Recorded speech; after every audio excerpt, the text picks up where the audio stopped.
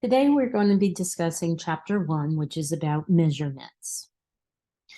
It is important with science to be able to have descriptions because those descriptions are going to lead to your understanding of the environment. And descriptions do involve measurement of the physical world. Also, in order to better understand our environment, we have to be able to take accurate measurements and we have to be able to understand those measurements.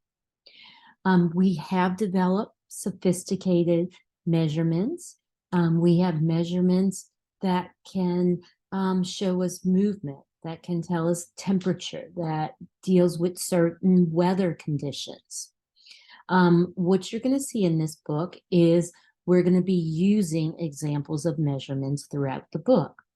Now, keep in mind, not everything can be measured with certainty.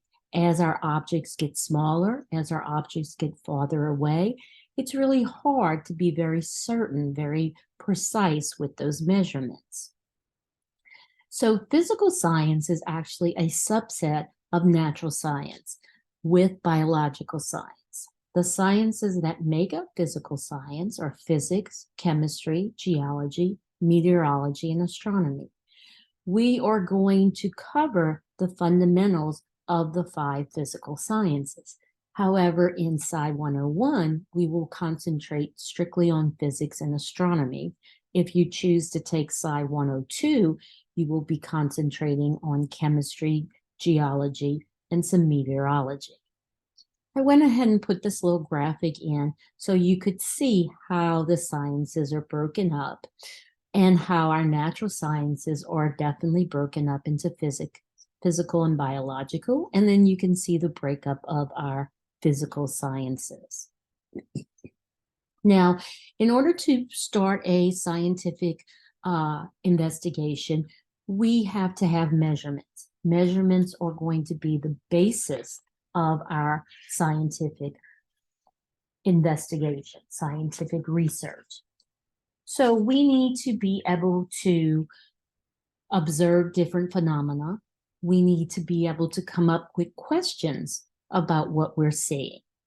We do, as scientists, assume that the universe is orderly and can be understood. So we have what's known as the scientific method, and that gives us a series of steps for our observations, rules for reasoning, and also for making predictions. It's broken down into different steps, with the first step being observation and measurements. That's where your quantitative data is gathered. You make your observations, you gather that data. And then your next step would be the hypothesis. The hypothesis is basically a tentative answer, an educated guess. You're explaining those observations that you just previously did. And then what you will see, we make new experiments to test the validity of that hypothesis. If the hypothesis is supported, then our new experiments will prove that. The next step is when we're doing these additional experiments, and we're doing them under carefully controlled conditions because we want to see if our hypothesis will stand up. We want to make sure other people, other researchers can duplicate our findings. If our findings can be duplicated, then we can move on to the next step. If they can't, then we basically start at the beginning again. The next step would be our theory. So in this step, we have a tested explanation for our natural phenomena that we have been researching. Now, a theory is not something that's carved in stone because we would continue to do experimentation. And so theories could be accepted, they could be modified, or they could be rejected. And then we have our law. So after we've done numerous experiments, we come up with a very concise statement that describes a fundamental relationship of nature. The example I give you on the slide is the law of conservation of mass. I can't gain, I can't lose mass during a chemical reaction. Now, also keep in mind that the law simply states the findings. It does not give us an explanation for the behavior that we have observed. And again, I put a little graphic up to show you the different steps of the scientific method. Okay, now let's look at some of our measurements. Typically, our measurements are going to be expressed in both magnitude and units. We have fundamental quantities of length, of mass, and time. And when we study force and motion, it's going to require only these three quantities: length, mass, and time. We will use what we call a standard unit, that being a unit that is fixed and reproducible, with values to give us and to be able to take accurate measurements. So there's two major units. We have our British or our English system, which everybody is familiar with in the US, miles, inches, pounds, seconds. And then we have our metric system, which is used throughout most of the rest of the world: kilometers, meters, grams.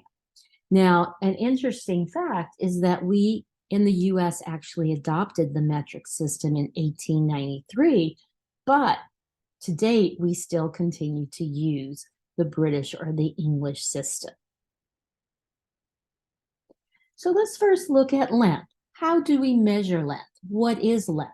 Well, length is the measurement of space in any direction. It has three dimensions. It has the length, the width, and the height. In our metric system, the standard unit is a meter. In our British system, the standard unit is a foot.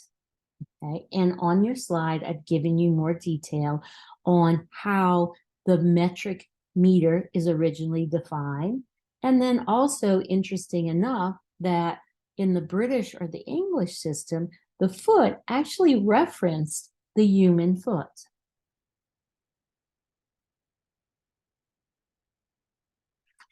In terms of mass, in our metric system, you're looking at how much matter an object contains. Now, it's important to note that an object's mass is always constant. It's a fundamental unit that will remain constant throughout the universe. It doesn't matter where you are, you have the same mass. Your mass on Earth is the same mass you would have on the moon, on Jupiter. The unit that we use for mass, our standard unit, is a kilogram in the metric system. In the British unit, our standard is a slug, which you don't really hear very much used. We use the pound, but interesting enough, the pound is not a unit of mass, but it's a unit of weight, because it relates to gravitational attraction. So if you took your weight on Earth and then went to the moon and took your weight, it would be different, okay? Because the moon's gravity is about 1/6 of what we see on Earth. So you would weigh more on Earth than you would on the moon.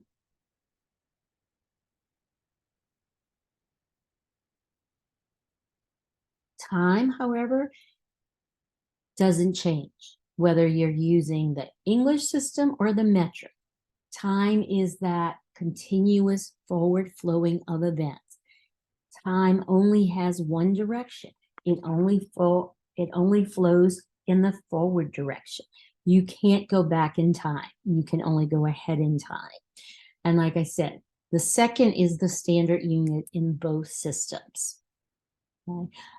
Originally, that second was defined as a fraction of the average solar day, and now we define it based upon the vibration of the cesium-133 atom. Sometimes you might see the acronym MKS system, And that just is taken from the standard units of length, mass, and time, which M would be meter, K would be your kilogram, and S is your second. The metric system is a base 10 system, so it's easier to use. Scientists believe it's better than the British system. Sometimes you might see the metric system referred to as the International System of Units or the SI, same thing. And what you'll find, it contains 7 base units. So what are those base units, those fundamental units? Well, we have for length is our meter, our mass is our kilogram, time is the second, electrical current is the ampere, which is abbreviated with capital A. Kelvin is for temperature. Kelvin is our absolute temperature. The amount of a substance, we use a mole, and luminosity intensity is a candela.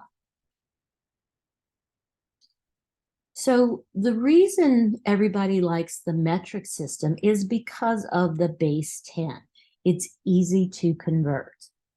Okay, so you can see here I have some metric examples versus the British examples. Okay, so a kilometer, 1,000 meters, a mile, 5,280 feet, a meter is 100 centimeters. These conversions can be found on your conversion sheet, which I posted on Canvas. And that's something you'll want to print out to be able to use when you're working the sample problems.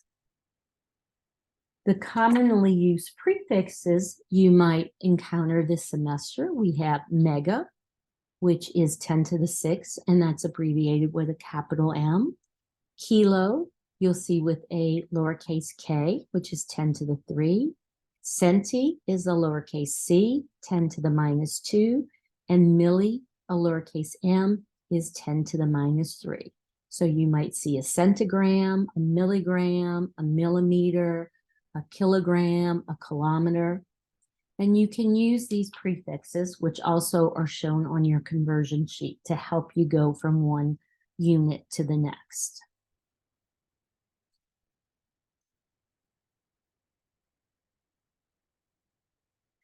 If you look at some non-standard measurements, we have our liter, which measures the volume in a liquid. A liter of pure water has a mass of about 1 kilogram, which is about 1,000 grams. So a cubic centimeter, which is known as a cc, has a mass of 1 gram. 1 liter equals 1,000 milliliters. So basically 1 milliliter equals 1 cc, which equals 1 gram of water.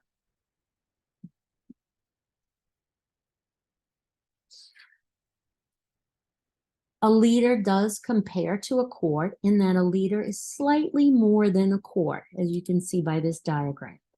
So a quart is 0.946 liters, whereas a liter is 1.06 quarts. What about the kilogram? Well, kilogram equates to 2.2046 pounds on Earth. And you can see based upon this diagram, it's the amount of water in a 0.10 meter cube. That's what would be that kilogram measurement. Now, sometimes it's difficult to make all measurements with only those 7 units. So we derive units, and these derived units are a combination or a multiple of our fundamental units. For example, volume is length cubed. So you might have a meter cubed, a centimeter cubed. For area, you're looking at the square of the length, meter square, foot square. And speed is length over time. So you would see meters per second, miles per hour. We'll be getting into speed measurements when we get into chapter 2. Our density, this little symbol right here, is the Greek letter rho, and density is mass per unit volume. So it's mass over volume. So when you're speaking about density, you're speaking about how compact an object is.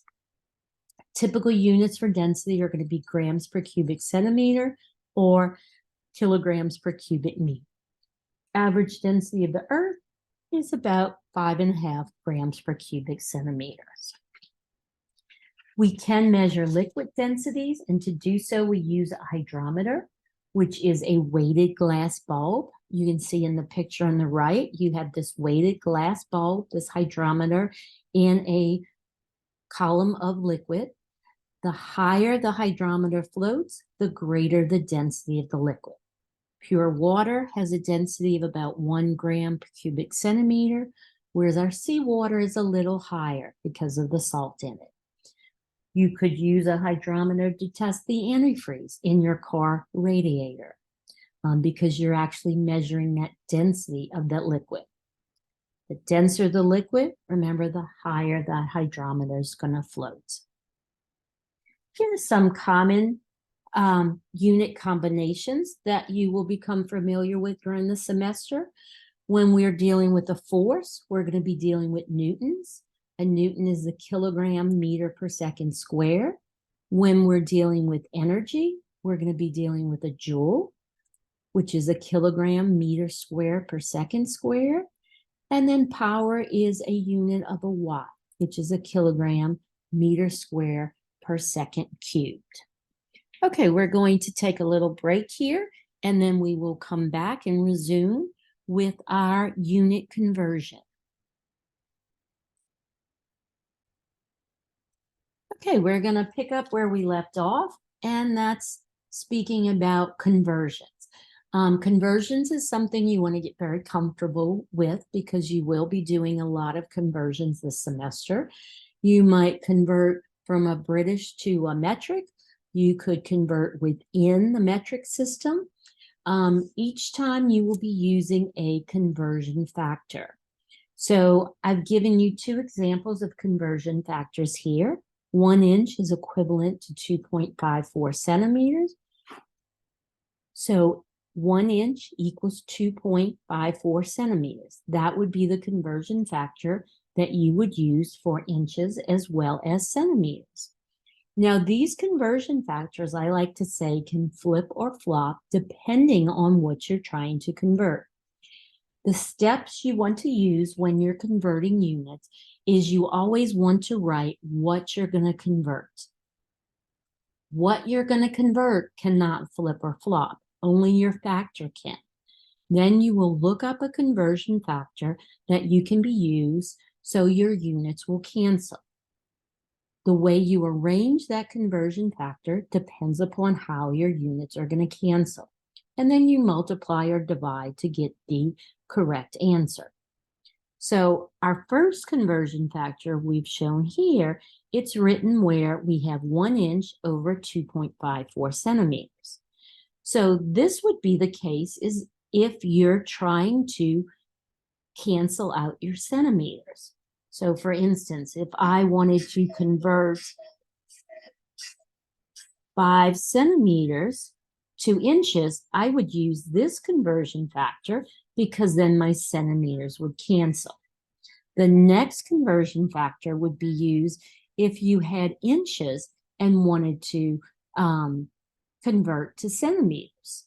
So suppose you had 5 inches, then your inches would cancel and your answer would be left in centimeters. Okay. So let's do a few practice problems where we're actually going to convert some units. So this first one I give you, how fast in miles per hour is 50 kilometers per hour? So what you want to do is write what you're going to convert.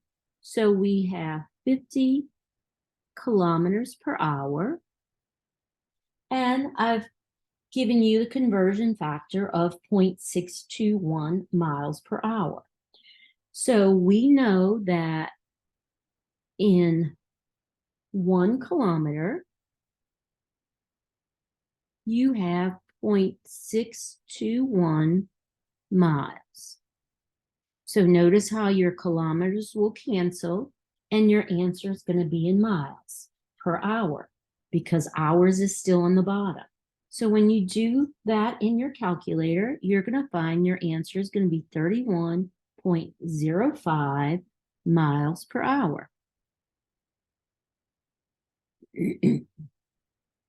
Let's do another one. So here now, I'm asking you to convert 50 miles per hour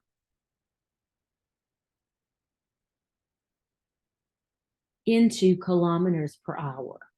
So now my conversion factor, I'm going to have kilometers on the top, and I'm going to have miles on the bottom, 0.621 miles. So my miles will cancel. My answer is going to be in kilometers per hour because that's the units I have left. And when I do the math, I'm going to get an answer of 80.5 kilometers per hour.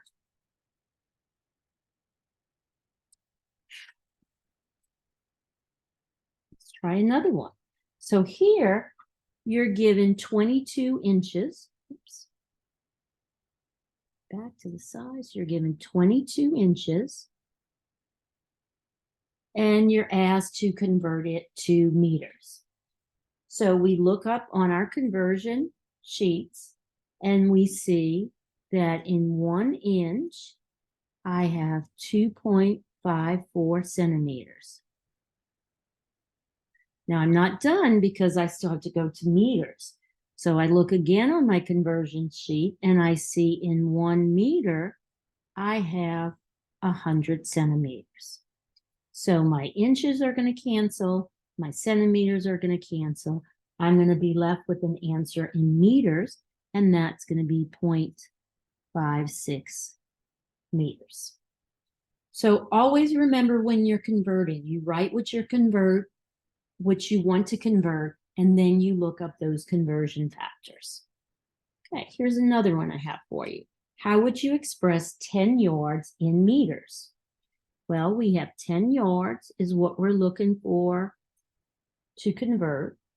And we look on our table and we see in 1 yard, you have 0.914 meters. Our yards will cancel and we have 9.14 meters as our answer. You can find more practice of conversion of units on Canvas under the chapter exam 1 button. And also your WebAssign will give you practice. Okay, let's talk about significant figures. Now, significant figures is a method of expressing your numbers properly. Okay. Couple general rules is that when you multiply and divide, you want to leave as many significant figures in the answer as there are with the quantity with the least significant figures. Okay, so you're looking for the least significant figures when you multiply and divide. When you add and subtract quantities, you want to leave the same number of decimal places in your answer as the quantity with the least number. So for multiplication and division, you're looking for the smallest significant figures to be represented in your answer, smallest number. Adding or subtracting, you're looking for the least number of decimal places. So the two examples I give you, first is a division. Smallest significant figures is 2, so your answer would be 2. The next, I have an addition for you. And notice the smallest decimal place is 1 in 6.8, so your answer would have 1 decimal place. Now, general rules for significant figures that you want to remember is the digits 1 through 9 inclusive always count as significant figures. So we're talking about the digits 1, 2, 3, 4, 5, 6, 7, 8, 9. So notice the example, 14.232 has 5 significant figures. Leading zeros, those would be the zeros in front of those digits 1 through 9, do not count as significant. So all the zeros in front of the 4 and the 5 do not count as a significant. Confined zeros, those would be the zeros that are in between those digits 1 through 9 inclusive. They are always significant. So the 2 zeros between the 6 and the 7 are significant, which gives you a total of 4 significant figures. And then your trailing zeros, the zeros behind those digits 1 through 9. They will only be significant if there's a decimal place or an overbar. So you can see in 62.00, we have 4 significant figures. In 0.02000, we have 4. Not only do we have a decimal place, but we have an overbar. And notice that 0 in front of the 2 is not significant because it's classed as a leading 0. Now, we want exact numbers, number of people, number of items we have. Whenever you have an exact number, you are assumed to have an unlimited number of significant figures. So oftentimes, you will have to round off the numbers. Now, the same rules that you are familiar with apply for rounding, okay? If it's less than 5, then we leave it unchanged. If it's 5 or greater, we increase. So you can see if you're asked to round off to 3 significant figures, we have 26.142. So 3 significant figures would be 26.1. Because the 4's next to it, it's less than 5, we don't round up. The last example, you have 10.063, and again, you're asked to do 3 significant figures. Well, there's a 6 right next to that 0. That is definitely greater than 5, so you would round up to 10.1 for that. So 2 little examples. You're asked to round off 0.0997 to 2 significant figures. So we would put 0.10 because you have 0.099, so you would round up to 0.10. The next problem, when you do that calculation, you come out with an answer of 1780, and you need to round that to 2 significant figures. So because the 8 is to the right of 7, you have to round that up, and your answer would be 1800.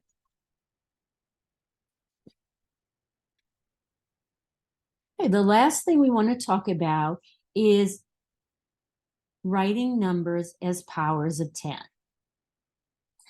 You'll see it as powers of 10 notation. You would see it as scientific notation. Some books will call it exponential notation. They all mean the same thing.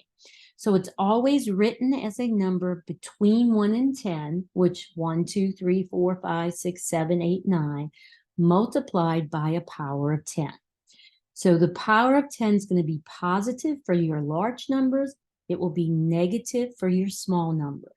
And that power of 10 is just how many places you've moved the decimal point. So 634 is a big number. Well, we need to make that number between 1 and 10. So we know that we always assume that there's a decimal place behind. So we're going to be moving that decimal place 1, 2. And that would give us 6.34 times 10 to the second. It's a large number. Now, small number, we need a number between 1 and 10. So here again, we have 6.34. And now we're moving that decimal place 1, 2, 3, 4. It's a small number. So our exponent in this case is going to be -4.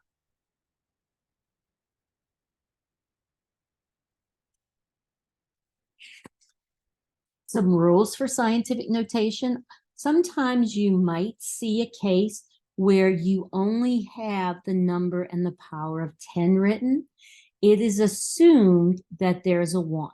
So anytime you see like 10 to the 5th, you can assume it's 1 times 10 to the 5th. If you only have a number and you're asked to write it in scientific notation, then that would be times 10 to the 0. So 4 by itself is going to be 4 times 10 to the 0. Now, when you go to input scientific notation in your calculator, you never want to use that multiply key. You don't want to use that little caret key that's on your calculator. The 2 buttons you might have on your calculator, you'll have either one or the other, is the 2 capital E's or the EXP button. So how you entered on your calculator, if you wanted to enter 5 times 10 to the 5th, you would do 5 EE or EXP and the 5. Now, suppose you wanted to enter 5 times 10 to the minus 5, then you would do 5, you would do EE or your EXP, and on your calculator, at the bottom, you'll have either a plus minus button or a minus button. This is not your subtraction button. You will hit that, and then that would give you that negative exponent that you see. Okay, and this I just put a table in case you forget about powers of 10. You can look at this and it gives you some examples of big numbers as well as small numbers. Okay, we got 2 little sample problems. In this first one, I'm asking you to do this calculation and round it to 2 significant figures. Okay, well, when you do this calculation, you should get an answer of 0.00, oops, I left that as 0.0067,507. Okay, I'm asking you to round it to 2 significant figures. So your correct answer would be 0.0068. If you wanted to put that in scientific notation, the correct answer would be 6.8 times 10 to the minus 3, because you'd have to move it 1, 2, 3. On the next one, when you do this division problem, your answer would be 0.0002981. So when you want to round that to 2 significant figures, you would get 0.00030, or in scientific notation would be 3.0 times 10 to the minus 4, because you're going 1, 2, 3, 4. Now, in this class, our big thing is going to be solving problems. Basically, you're going to have word problems. So we need to solve the word problem. So some steps that I like to talk about that will help you is the first thing, you want to read the problem. You want to identify what section of the chapter it's from. And then you want to write down what you're given and what you're asked to solve. Sometimes you might even draw a little picture. You want to check the units, make any conversions before you start calculating the problem. Okay? Look at that equation sheet I give you that you can use on the test. Look at equations that have what you're given and also what you're looking for. Remember, you can only solve for one unknown. Do the math. Then your last step is going to be adjusting for your significant figures. You can find extra practice, like I've said, on Canvas under the Exam 1 material for Chapter 1.